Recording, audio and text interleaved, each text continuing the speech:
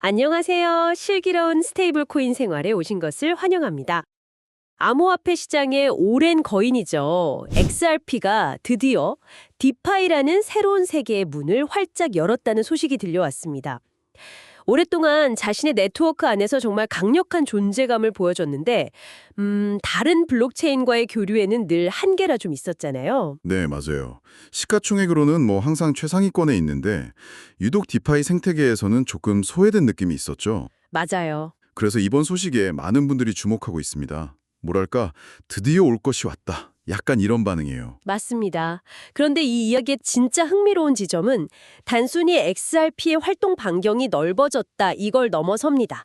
그 중심에 바로 저희가 항상 이야기하는 스테이블 코인이 있다는 점인데요. 네, 그렇죠. 가격 변동성이 큰 XRP가 어떻게 여러 블록체인 위에서 대출과 거래의 핵심 자산, 즉 기축자산처럼 활용될 수 있을까요?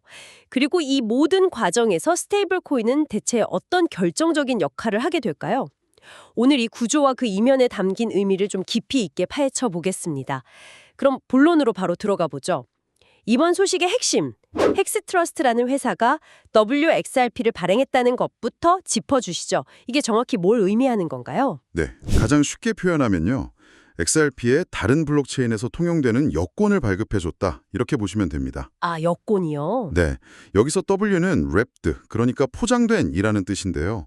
가지고 계신 XRP를 헥스트러스트라는 곳에 맡기는 거예요.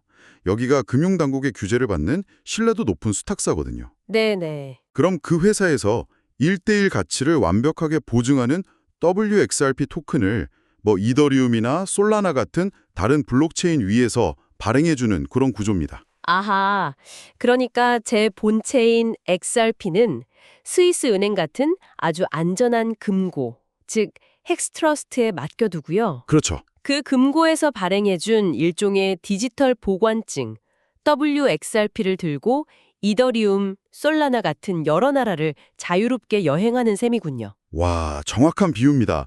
그 디지털 보관증은 해당 국가의 법정 화폐처럼 자유롭게 사용될 수 있는 거죠. 네. 이 구조의 목표는 아주 명확합니다.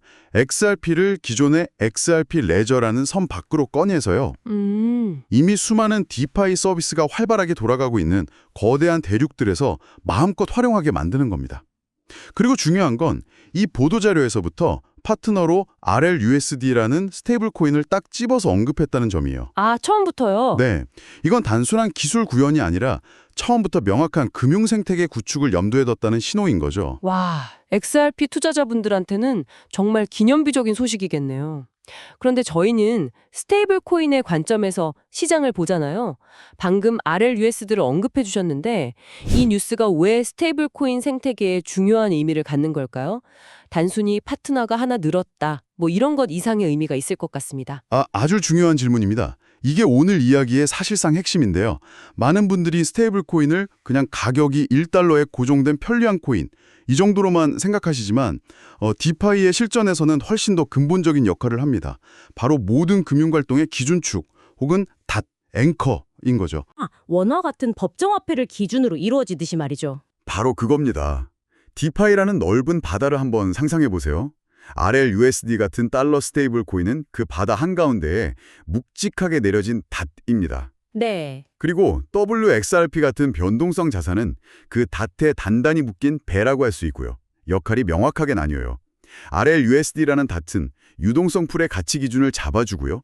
예를 들어 1WXRP는 0.5 RLUSD다 이런 식으로요. 또 대출의 원금과 이자를 계산하고 담보 가치가 하락했을 때 자산을 청산하는 기준점을 명확하게 제시합니다. 모든 계산의 절대 기준이 되는 거죠. 그렇군요. 닻이 없으면 배가 어디로 흘러갈지 모르니까 금융활동 자체가 성립할 수가 없겠네요. 그럼 그 닻에 묶인 배, 즉 WXRP의 역할은 뭔가요? WXRP는 그 안정적인 기준 위에서 실질적인 수익 창출과 유틸리티를 담당하는 주인공입니다. 예를 들어 이 배 WXRP를 담보로 맡겨서 레버리지를 일으켜 더 큰 투자를 할 수도 있고요. 네. 아니면 RLUSD와 함께 유동성 풀에 공급해서 다른 사람들이 거래할 때마다 발생하는 수수료 수익을 벌어들일 수도 있습니다. 즉, RLUSD가 안정적인 무대를 쫙 깔아주면 WXRP는 그 무대 위에서 아주 역동적으로 춤을 추는 배우가 되는 셈이죠. 아, 따라서 이번 이벤트는 단순히 XRP가 디파이에 진출했다 이걸 넘어서요. RLUSD가 디파이 유동성 시장의 핵심 기준축으로서 그 영향력을 폭발적으로 확장할 기회를 잡았다. 이렇게 해석해야 합니다. 아, 이제 그림이 명확해지네요. 안정적인 스테이블 코인을 축으로 변동성 자산이 활발하게 움직인다. 이해했습니다. 그렇다면 이 과정이 기술적으로는 어떻게 이루어지는지 궁금한데요. 제 XRP가 어떻게 다른 체인 위에서 WXRP가 되고 또 안전하게 다시 돌아올 수 있는 건가요? 구조 자체는 비교적 간단하고요. 이미 시장에서 검증된 방식을 따릅니다. 총 4단계로 나눌 수 있어요. 네. 첫 번째는 예치입니다. 기관이나 허가된 사용자가 자신의 XRP를 헥스트러스트의 커스터디 지갑에 예치합니다. 두 번째는 발행, 즉 민팅이죠. 헥스트러스트는 예치된 XRP 수량하고 정확히 똑같은 양의 WXRP를 이더리움이나 솔라나 같은 목표 체인 위에서 새로 발행해서 사용자에게 전달합니다. 그렇게 받은 WXRP를 가지고 이제 디파이 활동을 시작하는 거군요. 예를 들면 뭐 대출을 받거나 유동성 공급을 하거나요. 맞습니다. 세 번째 단계가 바로 그 활용이고요. 그리고 마지막 네 번째 단계는 상환, 리듬이죠. 다시 원래 XRP로 돌려받고 싶을 땐 가지고 있던 WXRP를 헥스트러스트에 반납하기만 하면 됩니다. 아, 간단하네요. 네. 그러면 헥스트러스트는 그 WXRP를 소각해서 영원히 없애버리고 금고에 보관 중이던 실제 XRP를 사용자에게 돌려주는 거죠. 이 1:1 교환 비율이 수학적으로 그리고 제도적으로 항상 유지되는 게 신뢰의 핵심입니다. 4단계로 나눠주시니까 이해가 쉽네요. 예치, 발행, 활용, 상환. 그런데 이런 랩드 자산이나 브릿지 기술에서 항상 보안 문제가 거론되잖아요. 자산을 옮기는 과정에서 해킹 사고도 워낙 많았고요. 이건 단순히 자산을 복사해서 옮기는 기존의 낡은 브릿지하고는 근본적으로 달라요. 아, 다른 건가요? 네, 레이어 제로는 체인 간에 메시지를 전달하는 방식이라 보안성이나 확장성 면에서 훨씬 진보겠다는 평가를 받거든요. 헥스트러스트가 이 기술을 선택했다는 건 단순히 기능 구현을 넘어서 최신 기술 트렌드를 따르면서 보안에 얼마나 신경 쓰고 있는지 보여주려는 의도로 해석할 수 있습니다. 하지만 전문가님, 규제받는 신뢰 기관이라는 말이 디파이의 근본 철학과는 좀 정면으로 배치되는 것 아닌가요? 결국 코드가 법이다라면서 탈중앙화를 외치는데 다시 은행 같은 중앙관리자를 만드는 셈이잖아요. 이게 과연 진정한 발전이라고 볼 수 있을까요? 사용자들이 거부감을 느끼진 않을까요? 와, 굉장히 날카롭고 본질적인 지적입니다. 말씀하신 것처럼 이건 디파이의 원칙주의자들과 실용주의자들 사이에 아주 오래된 논쟁거리죠. 네. 이상적으로는 모든 것이 탈중앙화되는 게 맞습니다. 하지만 수천억 원대 해킹 사고가 계속 반복되면서 많은 거대 자본과 기관 투자자들은요, 완벽한 탈중앙성보다는 신뢰할 수 있는 책임 주체를 더 선호하는 경향을 보이고 있어요. 아, 현실적인 문제군요. 그렇죠. 헥스트러스트 모델은 이런 시장의 수요에 부응하는 실용적인 해법인 셈이죠. 홍콩 같은 곳에서 정식 라이센스를 받고 정기적인 감사를 받고 또 만약의 사태에 대비한 보험까지 갖춘 기관이 내 자산을 관리해준다. 이게 주는 안정감이 있거든요. 이게 현재로서는 더 큰 자본을 디파이로 유입시키는 가장 현실적인 방법이라는 데 많은 이들이 동의하고 있습니다. 탈중앙성의 일부를 포기하는 대신에 신뢰성과 안정성을 얻는 일종의 트레이드오프인 셈이죠. 이론적인 설명과 철학적인 딜레마까지 잘 들었습니다. 그럼 이제 가장 중요한 부분인데요. 제가 가진 XRP를 WXRP로 바꿨다고 상상했을 때 이걸로 RLUSD와 함께 뭘 할 수 있는지 가장 강력한 시나리오 몇 가지만 짚어주시죠. 네, 실제 디파이 현장에서 일어날 수 있는 대표적인 장면 3가지를 꼽을 수 있습니다. 첫째, XRP RLUSD 거래상, 그러니까 페어를 형성하는 겁니다. 모든 거래에는 기준 통화가 필요하잖아요. RLUSD라는 안정적인 척도가 생기면 XRP의 가격 발견이 훨씬 쉬워지고 유동성 공급도 원활해집니다. 중앙화 거래소의 호가창이 아니라 온체인에서 투명하게 거대한 유동성이 형성되는 거죠. 두 번째 시나리오는 아무래도 대출이겠죠. 맞습니다. 두 번째는 대출 및 담보 시장의 활성화입니다. 이건 단순히 개인 투자자가 유동성을 확보하는 수준을 넘어섭니다. XRP는 시가총액이 수십조 원에 달하지만 그 가치의 대부분이 거래소 지갑에서 사실상 잠자고 있었거든요. 그렇죠. 이걸 생산적인 자본으로 바꾸는 겁니다.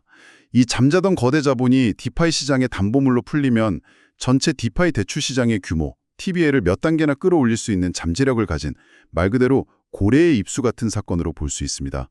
XRP 보유자들은 자산을 팔지 않고도 현금, 즉 RLUSD를 확보해서 새로운 투자 기회를 잡을 수 있게 되는 거고요. XRP는 원래 송금에 특화된 자산이었잖아요. 정작 자신의 네트워크에 묶여 있었다는 게 좀 아이러니한데 이 멀티체인 활용성이라는 게 구체적으로 어떤 자본 효율을 만들어낼 수 있는 건가요? 아주 좋은 포인트입니다. 세 번째 시너지가 바로 멀티체인 활용성을 통한 자본 효율 극대화입니다. 말씀하신 것처럼 XRP는 이제 솔라나, 이더리움, 옵티미즘 같은 다양한 블록체인 생태계로 아주 자유롭게 넘나들 수 있게 됩니다. 오, 예를 들어보죠. 솔라나 생태계에서 유망한 신규 프로젝트가 나와서 높은 이자를 제공한다면 WXRP를 솔라나로 보내서 투자할 수 있습니다. 그러다가 이더리움의 유동성 풀 이자율이 더 매력적으로 변하면 다시 이더리움으로 자본을 즉시 옮겨서 더 높은 수익을 추구할 수 있죠. 돈이 계속 움직이는 거네요. 그렇죠. 거대한 XRP 자본이 더 이상 한 곳에 묵혀있지 않고 가장 수익률이 높은 곳을 찾아서 끊임없이 움직이는 스마트 머니가 될 수 있는 길이 열리는 겁니다. 지금까지 들어보면 정말 장점만 가득한 것 같습니다. XRP 보유자에게는 새로운 기회의 문이 열리고 RLUSD 입장에서는 거대한 자산을 파트너로 삼아서 생태계를 넓힐 수 있으니까요. 하지만 앞서 잠시 언급했지만 이 WXRP 시스템에서 우리가 반드시 확인하고 넘어가야 할 리스크를 좀 더 구체적으로 짚어봐야 할 것 같아요. 물론입니다. 긍정적인 면만 보고 참여하는 건 매우 위험합니다. 최소한 세 가지는 반드시 점검해야 합니다. 네. 신뢰를 주지만 만약 헥스트러스트 자체에 해킹이나 파산 혹은 특정 국가의 규제 압박 같은 문제가 생긴다면요. 전체 웨벌 XRP 시스템이 마비될 수 있는 단일 실패 지점이 될 수 있다는 점을 명심해야 합니다. 신뢰의 근원이자 동시에 리스크의 근원이 될 수 있다는 말이군요. 두 번째 리스크는 역시 기술적인 문제겠죠? 정확합니다. 두 번째는 브릿지 기술 리스크입니다. 레이어 제로가 아무리 뛰어난 기술이라도 서로 다른 체인을 연결하는 과정에는 항상 스마트 컨트랙트의 버그나 예상치 못한 해킹 리스크가 존재합니다. 과거에 수많은 크로스체인 브리지들이 해킹으로 막대한 피해를 입었던 역사를 결코 잊어서는 안 됩니다. 기술에 대한 맹신은 금물이죠. 마지막으로 점검해야 할 포인트는 무엇인가요? 세 번째는 초기 유동성 확인입니다. 기사에서는 출시 초기에 1억 달러, 우리 돈으로 1,300억 원이 넘는 자금이 몰릴 거라고 홍보하는데요. 네, 저도 봤어요. 이게 마케팅을 위한 목표치일 수 있습니다. 정말 중요한 것은 출시 후에 온체인 데이터를 통해서 어떤 체인에 얼마나 많은 유동성이 실제로 공급되고 있는지를 직접 확인하는 과정이에요. 직접 눈으로 봐야 한다. 네, 유동성이 충분하지 않으면 이름만 그럴듯한 속빈 강정이 될 수 있으니까요. 거래할 때 가격 변동이 심해지거나 빌릴 수 있는 자금이 부족해서 실제 활용성이 떨어질 수 있습니다. 네, 오늘 이야기를 정리해보면 WXRP의 등장은 XRP가 디파이라는 새로운 무대로 나아가는 중요한 첫걸음인 동시에 RLUSD 같은 스테이블 코인이 유동성 시장의 핵심 기준축으로 자리 잡는 중요한 연결고리가 된다는 것이군요. 단순히 하나의 코인 소식이 아니라 전체 디파이 생태계의 자본 흐름과 구조적인 움직임을 엿볼 수 있는 흥미로운 사건이었습니다. 맞습니다. 그래서 앞으로 이 소식을 추적하실 때 단순히 WXRP의 가격 변동만 보시는 것보다 훨씬 더 중요한 관전 포인트를 하나 제안드리고 싶습니다. 이 점을 주목하시면 시장의 큰 흐름을 읽는 데 분명 도움이 될 겁니다. 오, 아주 흥미로운데요. 어떤 포인트인가요? 바로 어느 블록체인에서 XRP, RLUSD 유동성 풀이 가장 먼저 그리고 가장 크게 형성되는가 이걸 지켜보는 겁니다. 그곳이 솔라나가 될지 이더리움이 될지 아니면 옵티미즘 같은 레이어 2나 또 다른 제3의 체인이 될지에 따라서요. 미래 디파이 자본이 어디로 흐르고 있는지, 블록체인 생태계 간의 경쟁 구도가 어떻게 펼쳐지고 있는지를 엿볼 수 있는 가장 확실한 지표가 될 겁니다. 와, 그 말씀은 결국 WXRP의 성공 여부 자체가 아니라 WXRP라는 이 거대한 자본을 유치하기 위한 플랫폼들의 전쟁이 진짜 관전 포인트라는 거군요. 그렇죠. 이더리움이냐 솔라나냐 전혀 생각지 못한 관점입니다. 돈이 몰리는 곳, 즉 유동성이 가장 깊게 형성되는 곳이 결국 다음 디파이 시장의 승자가 될 가능성이 높다는 말씀이시네요. 바로 그겁니다. 그 흐름을 추적하는 것이 이 뉴스를 가장 깊이 있게 이해하는 방법이 될 겁니다. 네. 뉴스를 소비하는 데 그치지 않고 온체인 데이터를 통해 자본의 흐름을 직접 추적하며 미래를 예측해보는 것. 정말 흥미로운 관전 포인트까지 짚어주셨습니다. 오늘 슬기로운 스테이블 코인 생활은 여기서 마무리하겠습니다. 들어주셔서 감사합니다.